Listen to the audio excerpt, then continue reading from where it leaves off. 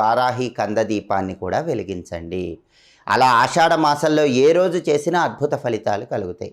శుక్రవారం చేస్తే ఇంకా అద్భుతమైన ప్రయోజనాలు సిద్ధింపజేసుకోవచ్చు. అయితే వారాహి కంద దీపాన్ని వెలిగించిన తర్వాత మర్నాడు స్నానం చేసి ఈ కంద దీపానికి ఉపయోగించినటువంటి ఆ కందను మీరు ఆహారంలో స్వీకరించవచ్చు. ఒకవేళ ఆహారంలో ఆ కందను స్వీకరించటం ఇబ్బందిగా ఉన్నట్లయితే వారాహి కంద దీపానికి ఉపయోగించిన ఆ కందను ఎక్కడైనా గోమాతకు ఆహారంగా తినిపించండి.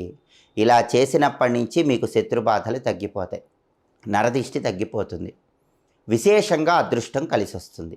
అలాగే ఆషాఢ మాసం ప్రధానంగా గొడుగు కానీ పాదరక్షలు కానీ ఉసిరికాయ కానీ దానం ఇస్తే అద్భుత ఫలితాలు కలుగుతాయి.